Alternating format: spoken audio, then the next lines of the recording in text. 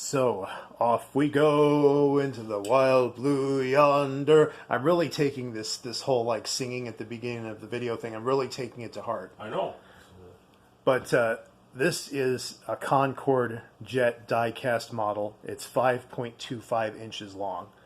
So it's right between 450 and 500th scale. I think it's like, I did the math and I think it's like 467th scale or something like that. It was the original. The Concordes were about 204 feet long, which is about as long as like a small skyscraper is tall. Wow. Yeah, I mean, imagine this thing ripping through the sky faster than a bullet. Fully erect and just flying. We're talking about twice the speed of sound, more than twice the speed of sound, about Mach 2.04. And yeah, we're talking something. I mean, this, and it's not until when I ordered this thing and I held it in my hands, I actually got a little bit emotional. And I get a little bit emotional about the Concorde because it isn't until you actually hold a model of it in your hands that you really get an idea of just how beautiful this aircraft was, how sleek and how well designed and how graceful. It doesn't have any wheels, but that's okay. I saw some online with wheels, but they were not retractable. At this size, when they're this small of a model, it's hard to make wheels that are retractable. So if you get one with wheels, it's always going to have wheels. And then if you get one without wheels, it's not going to have wheels. But that's okay because it comes with this really nice translucent stand that I really like. I like the way this is designed. I like how it's translucent, so it kind of fades into the background a little bit. There are other stands that I saw from other manufacturers that were like that kind of stood out more. This one kind of recedes into the background, so that's kind of nice. It's a Corgi brand. Corgi is one of the major manufacturers of die-cast models.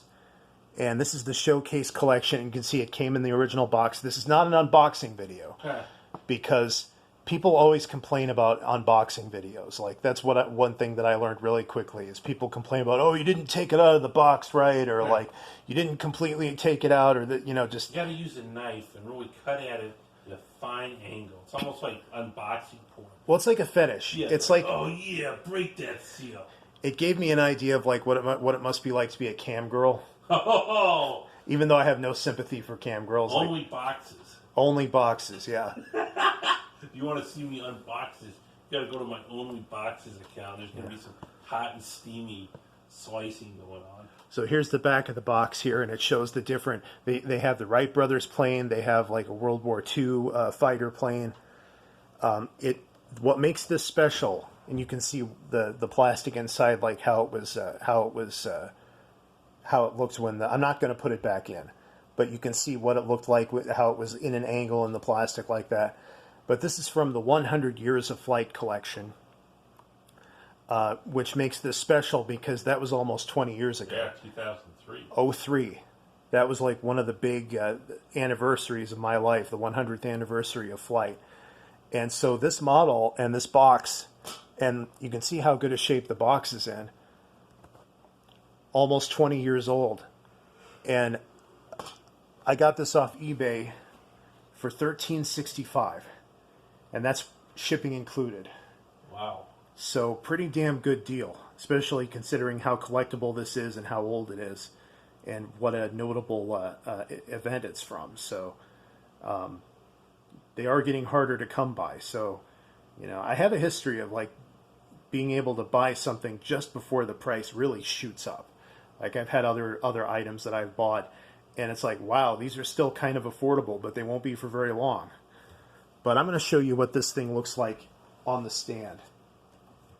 Oh, and by the way, we need to plug Wealthplex.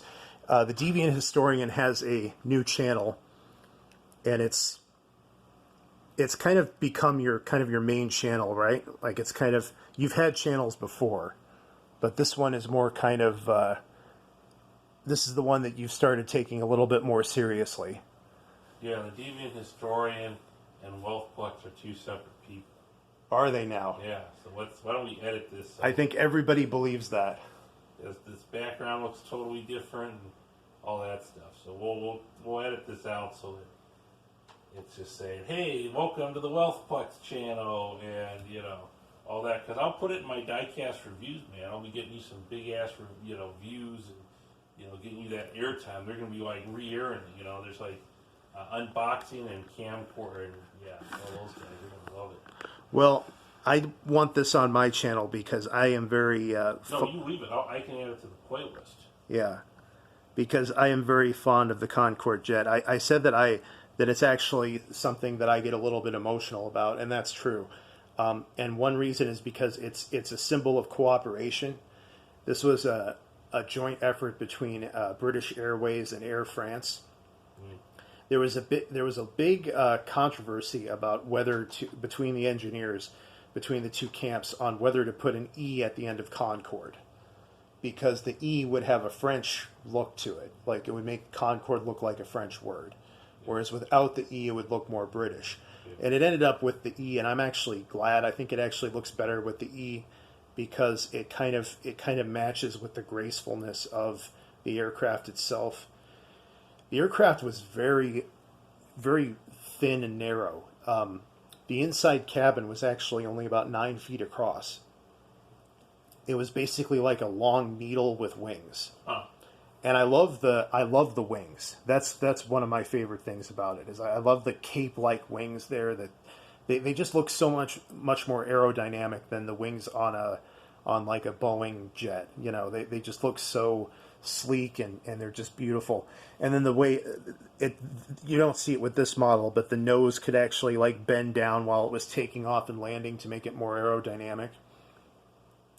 But to me, the Concorde jet, it kind of represents the peak of Western civilization. The kind of the late 20th century, particularly the 1990s, because the 1990s were an exciting time for technology. You had supersonic jets in the sky. You had space shuttles still going up and down. You had balloons traveling around the Earth nonstop. Like those balloons, like the world record was set in the 90s for a balloon going around the world nonstop. It was kind of like a brand new age of invention.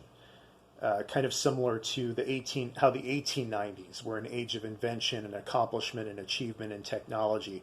The 1990s, 100 years later, were kind of a repeat of that, and it was kind of a magical time, and I feel privileged to have lived through it, even though it is kind of a letdown in some ways, because when you look at the 21st century, you see a lot of advancement in technology in terms of like social media and things like that, and medical science, but you don't see much advancement in technology when it comes to transportation and a lot of stuff that actually matters and could actually improve people's lives. I have a friend who's an architect, and he said a majority of architectural stuff pretty much ended after World War II. That's kind of when a lot of the technology and that stuff, a majority of the innovation ended, because he said he felt everything went to computers and defense, and that just drained out a lot of the resources for other fields. Yeah. And I looked up some facts about the Concorde that intrigued me. They started flying in 1969, and they had their last flight in 2003, so right about the 100-year anniversary. 2003 was a very bittersweet time for aviation.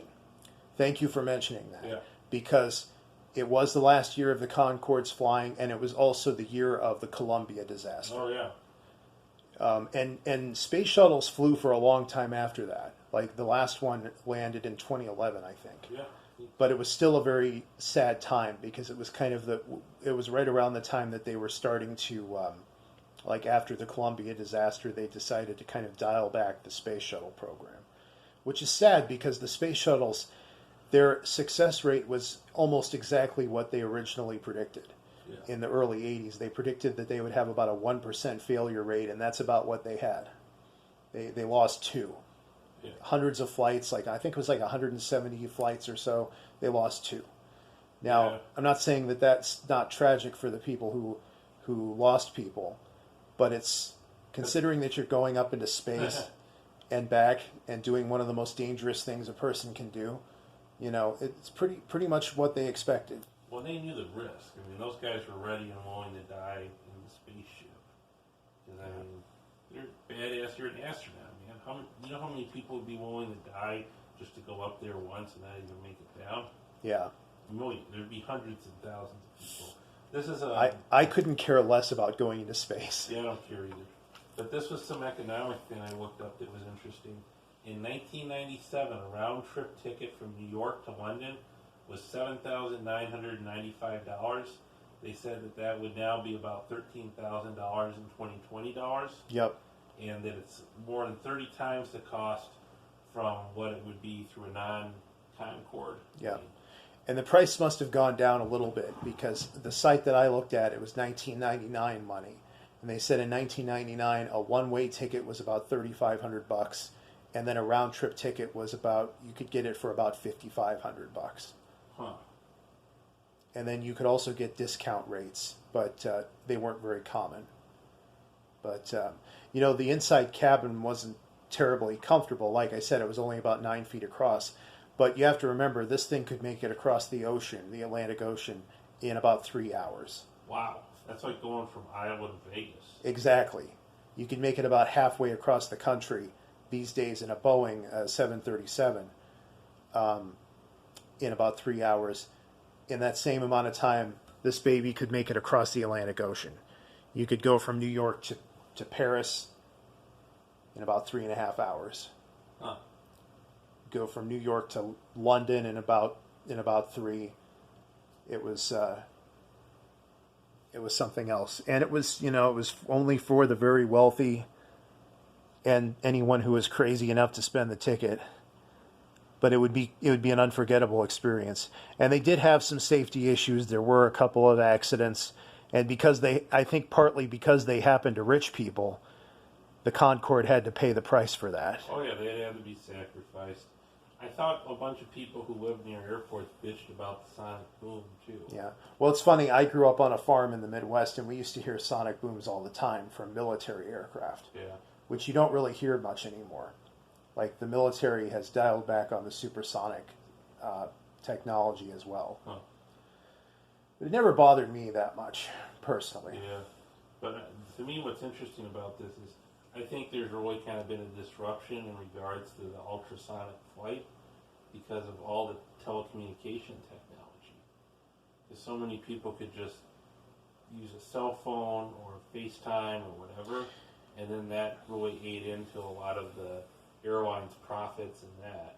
And so besides the technology and the bitching with that, a lot of these guys, especially in a post-9/11 environment, they would rather just fly on a private jet, even if it takes a little longer, if it's something they want to get over to. Well, the thing, though, is that a lot of that technology existed back then, too, though, especially for the wealthy, for, like, high-powered business people. They could have virtual conferences back then just as easily as now. Yeah. And in some ways, and sometimes the technology worked better because it was dedicated.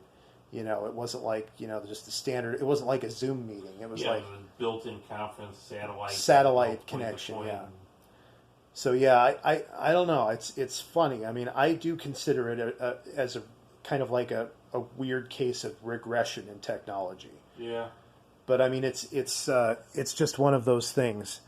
And I mean, I am of the opinion that we are in a decline. We're facing the decline of Western civilization. It's basically Rome 2.0. That's my opinion. But I mean, when you look around, can you really call it an opinion? I think it's kind of fact at this point. So you gotta enjoy the decline, baby. Ever since right around the year 2000, it's funny. Everybody thought the world would end in 2000, or there was that was a thing commonly said. Maybe it did happen, and we've all just been in purgatory for the last 21 years. Whoa. That's my theory. Pretty Because deep. ever since 2000, it seems like everything has felt not quite right. For me, anyway. And it's just one of those things. But that's why I think of all of this stuff when I look at the Concorde. It just evokes all of these thoughts and emotions and just the beauty of it. And I love having this model because I love being able to hold it in my hands and look at it. I even threw it. Wow. I even threw it on my bed. I couldn't resist. I took it and I threw it just far enough so that it would land on my bed, and it actually did kind of fly. You had to throw it pretty hard, and so I couldn't throw it hard enough to really see it like fly really well. Yeah. But it stayed upright and it flew and it looked nice. It's a very aerodynamic design. So, yeah. And when I was a kid, in the '90s, there was a big paper airplane craze too. Like a lot of stuff like that was really like, and it was just a really interesting time. There was an excitement about technology back then and science that just doesn't exist now.